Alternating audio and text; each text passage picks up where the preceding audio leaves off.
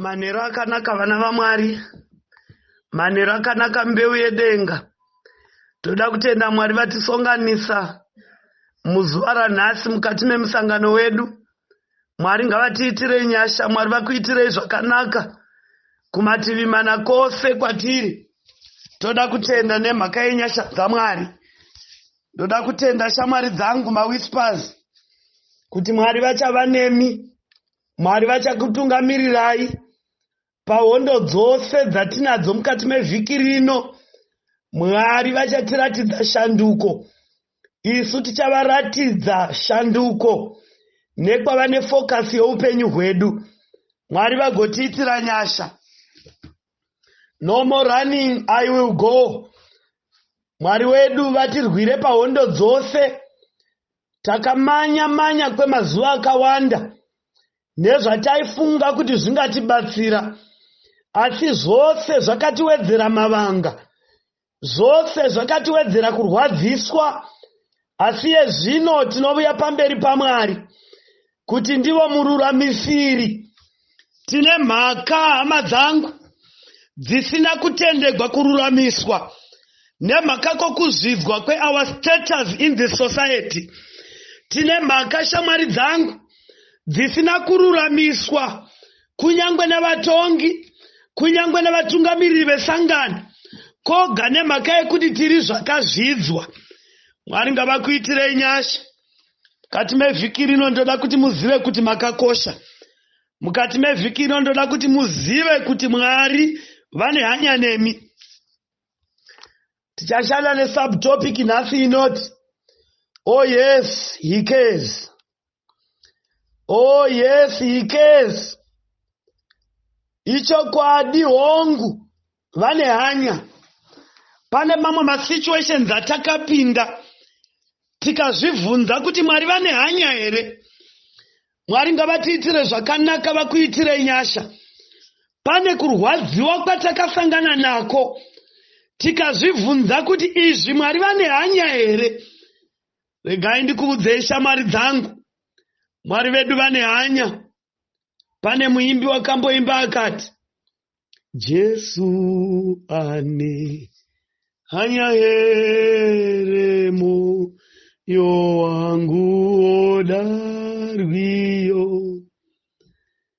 apo ndakunetseka ndasuwa nenzira yekuneteswa. Hunde ane hanya neni anzwa urombo wangu, apo misi yoreba sikuonetesa tenzaneni. Mwari vakuitirei zvakanaka. Pose kubva kumashure ndakanga ndisinganzwisisi somwi payainzi apo misi yoreba nevusiku honetesa, asi tenzi aneni. Zvaindinetsa kuziva kuti pane usiku hunganetesa munhu. Asi kana ndakatarirana nechikwata chamawidows, ndakatarirana nechikwata chamawidowers, ndakatarirana nemadivorces, ndakatarirana nevana vakaitwa mahits and run, ndakatenda kuti shuwa usiku hunonetesa. But panapa zvikanzi Jesu une hanya here, kana moyo wangu oda rwiyo, kana moyo wangu oda kuvaraidzwa, Mwari vane hanya here. Mwari ngavatiitire zvakanaka. Korasi inoti hunde une hanya uye unonzwa urombo nesu. Munguva pfupi nhasi ndoda kuti tiverenge. Pane chapter yakandifadza pandakaiverenga. Ndo pandakaziva kuti saka Mwari une hanya to an extent yatisingagoni kuziva savanhu. Ndo pandakaziva kuti Mwari une hanya. Regai ndikuudzei maWhisper, Mwari vane hanya even namashandiro emahormones mukati memiviri yenyu. Mwari vane hanya even nema feelings paanosimuka when nature calls. Mwari vane hanya nazvo. Mamuchiziva here kuti even the process yekuti hauchakwanisi, God cares. Hamapawo here vana vaMwari. Indaifunga kuti zvatakakura tichiti zvinosodesa, vananhingi vangu vachiita zvinosodesa, tichirevera vamwe vana, vananhingi vangu vachiita zvinosodesa, ndaifungidzira kuti zvinosodesa even before God, kana zvaitwa nomutoo wakanaka. Saka Mwari vane hanya, even muviri wako uchikushupa, uchikushayisa zororo, uchida a partner, Mwari vane hanya uye vanotovona. Mwari vatiitire zvakanaka. Regai tiverenge kuna Genesis chapter 2 verse 7. Toda timbotarira Adam's experience. Mapawisisai kana unogona kuiti Adam's style kana kuti Adam's style. Muripawisisai Adamu pane zvinhu zvaaida, but haana kuzvipa nguva yokufokasa pazviri. Adamu wakafokasa pataski yakanga apuwa mumunda naMwari. Regai tiverenge pana chapter 2 verse 7 tione kubva pamavambo emunhu. Jehovha Mwari wakaumba munhu neguruva refu, akafuridzira mweya woupenyu mumhino dzake, munhu akava mweya mupenyu. Jehovha Mwari akasima munda muEdheni, kumabvazuva akaisapo munhu waakanga abumba. Hamapawo here vana vaMwari. Jehovha Mwari vanoumba Adamu, vanofuridzira mweya woupenyu mumhino dzaAdamu, akava mweya mupenyu. Zvikanzi Jehovha Mwari vakasima munda muEdheni, kumabvazuva vakasamo munhu wavakanga vaumba. At God's plan first, Adamu aifanira kurarama ari oga, ari mukati meEdheni, ane makwereveshe namakwavava, ane zvaakanga anazvo, ane mhuka dzakasiyana siyana. Saka Mwari vakati vapedza kusika Adamu, vanomutsveta mumunda weEdheni. Zvikaipa vhesi ya9. Jehovha Mwari wakameresa pasi miti yose inofadza meso neyakanaka kudya, uye muti woupenyu pakati pomunda, nokuti nomuti wokuziva zvakanaka nezvakaipa. Mapawo here vana vaMwari. Zvikanzi vakaisa miti yose muEdheni inofadza meso kuona, zvikaino muti wokuziva zvakanaka nezvakaipa. Zvikai vakaisavo nemiti yemichero yokuti Adamu avaraigwe. Zvikai panapa ndobva vatsveta Adamu in the Garden of Eden. Adamu haana kukomblena pamusoro pokuva lonely. Adamu haana kukomblena pamusoro pokuva nemhuka chete pasina mukadzi. Adamu haana kukomblena panyaya yekuva oga, wakasiya God's business in the hands of God. Dambudziko rataita vadikani vangu mukati meupenyu huno, tinotora business raMwari toriita redu. Kana Mwari vakatitendera mukati meupenyu huno nehuchauya, vakatitendera mukati megore rino, vakatitendera mukati mevhiki ino, ngatisiye God's business in his hands. Paripo pamwe patakazvipindira tikazvipa masolutions, pakupedzisira akatichemedza, akatibudisa misodzi, tava kutsvaka Mwari kuti auye atidzikinure patakazvipinza. Adamu watsvetwa mugadheni, hatina kuwakombleni Adamu. Unofamba achirita ile ari mugadheni. Verse 15. Chapter 2 verse 15. Jehovha Mwari wakatora munhu akamisa mumunda weEdheni kuti aurime nokuuchengeta. Jehovha Mwari akarayira munhu achiti, ungadya hako miti yose yomunda, asi muti wokuziva zvakanaka nezvakaipa usaudya, nokuti nomusi waunoudya uchafa zviro kwazvo. Amapawo here vana vaMwari. All along, Adam was alone. Zvikai Jehovha Mwari vakatora munhu vakamisa mumunda, vakati ungadya miti yose yemunda, asi muti wokuziva zvakanaka nezvakaipa usaudya, nokuti nomusi waunoudya unofa zviro kwazvo. Verse 18. Jehovha Mwari akatizve, hazvina kunaka kuti munhu agare ari oga. Ndichamuitira mubatsiri wakamukwanira. Ndati Adam aiswa mugarden. It was none of his business to go and search for a wife. It was none of his business to go and search for a man. That was the business of God, to make sure that Adam is happy and complete. That was the business ya Mwari, kuona zvakafanira pana Adam. Mwari ngaavongwe nemhaka the character of Adam.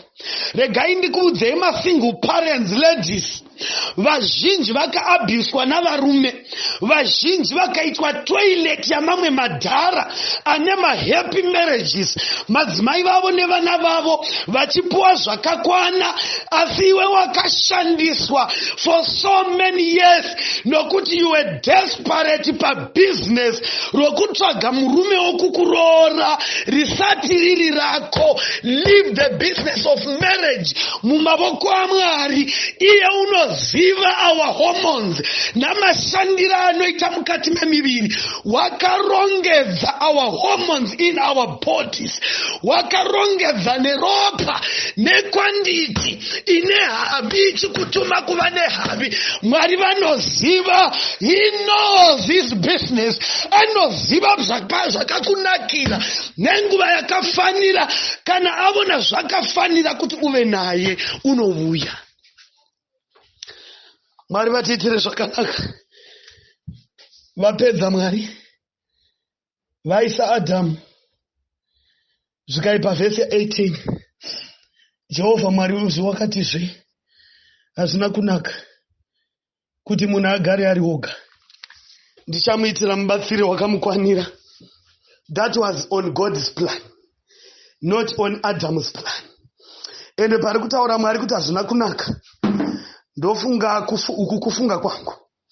Vakanga vakatarira Adamu achiritaira ari mukati meGarden of Eden. Why Mwari vakazoti hazvina kunaka? Nature was calling for Adam.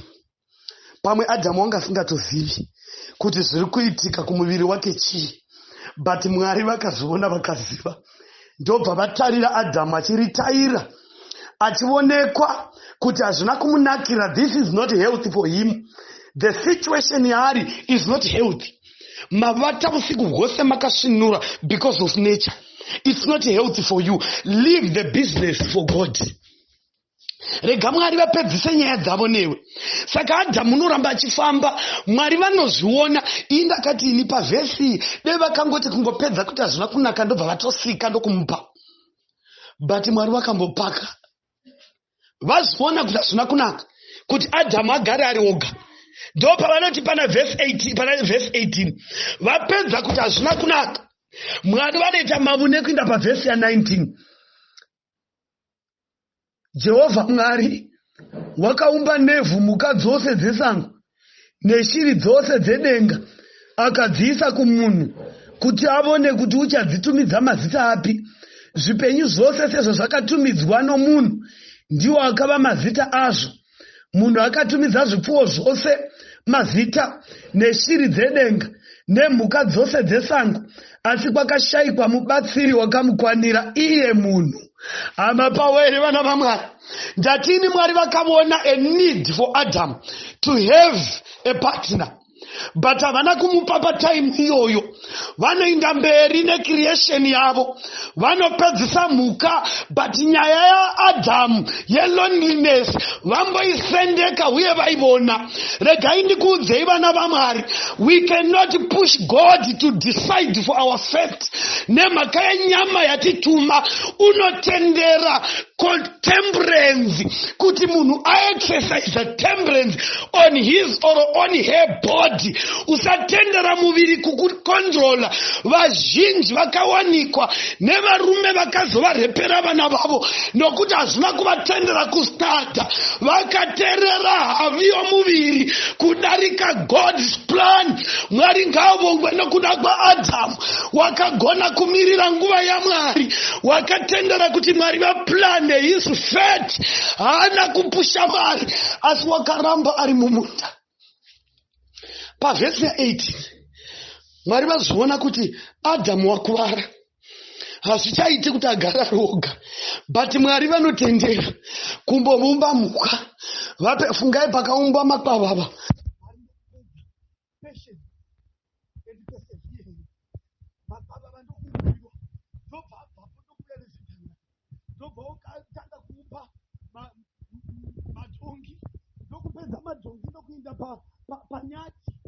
Pedza nyati Adhamu achingova pachinobhena,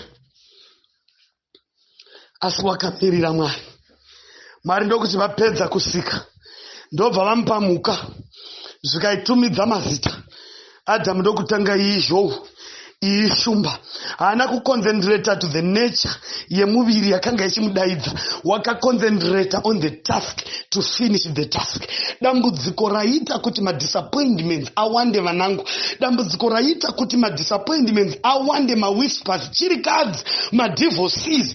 Chaita kuti muWW pain. Inyaya yokuti mune speed, munomanya pamusingafaniri kumanya. Mirira nguva yaMwari. The right person shall come at the right time.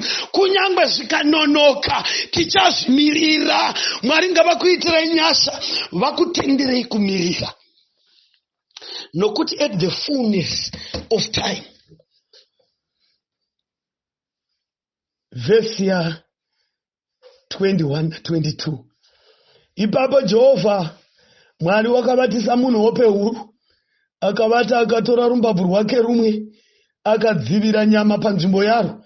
Norumbabvu urwo Jehovha Mwari akatora pamunhu, wakaita mukadzi narwo akamuisa kumunhu.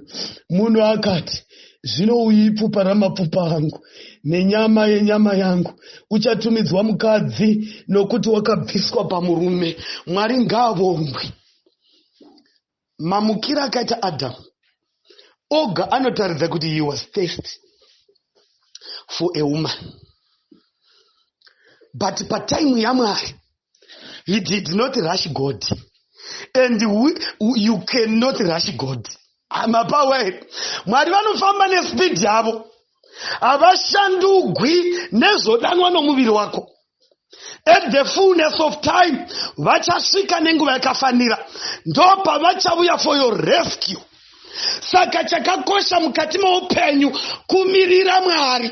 Mwari ngavakuitirai zvakanaka shamwari dzangu. Let us wait upon the Lord. Tichikondinya nokushandira Mwari.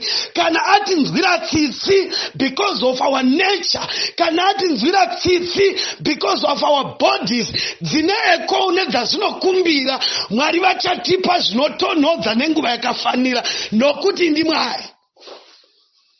Ngatinamatei. Tinokutendai Mwari panguva yamanheru. Imi mune hanya kunyangwe nezvinoitika mukati memiviri yedu. Imi mune hanya kunyangwe nezvinoitika mukati meropa redu. Mazita enyu musene waIsraeri. Tarirai widowa iyo inovata yakasvinura. Dzimwe nguva usiku inomhumudzira pazvikadzi zvakapata zvakatapwa noupenzi, ichindozororerapo ichidzoka mumba yoimbapo Jesu unouya. Imi Mwari hamufari nazvo. Dzimwe nguva inomhumudzira chirikadziyo ichitapwa nezvirume zvakagagwa nemweya yakaipa, ichisevenzeswa ichidzoka pamberi penyu. Zvimwe nguva mwana uyo edivorcee unombotapwavo naye nemhaka yekuti wakonewa kukontrola his or her body. Imi Mwari panguva yamanherano, vatenderei kutiwira mukugomera, vatenderei kutiwira in nature, vatenderei perseverance, vatenderei temperance, vadzidzisei kuzvidzora kuti nyama inonyaradzwa kana yanetsa.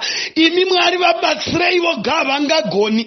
Nyasha dzenyu ngadzivafudze. Vabatsirei Mwari. Songanai navo pavanonyengetera. Muzita raShe wedu rinogara nokusingaperi. Tanamata nokutenda. Amen.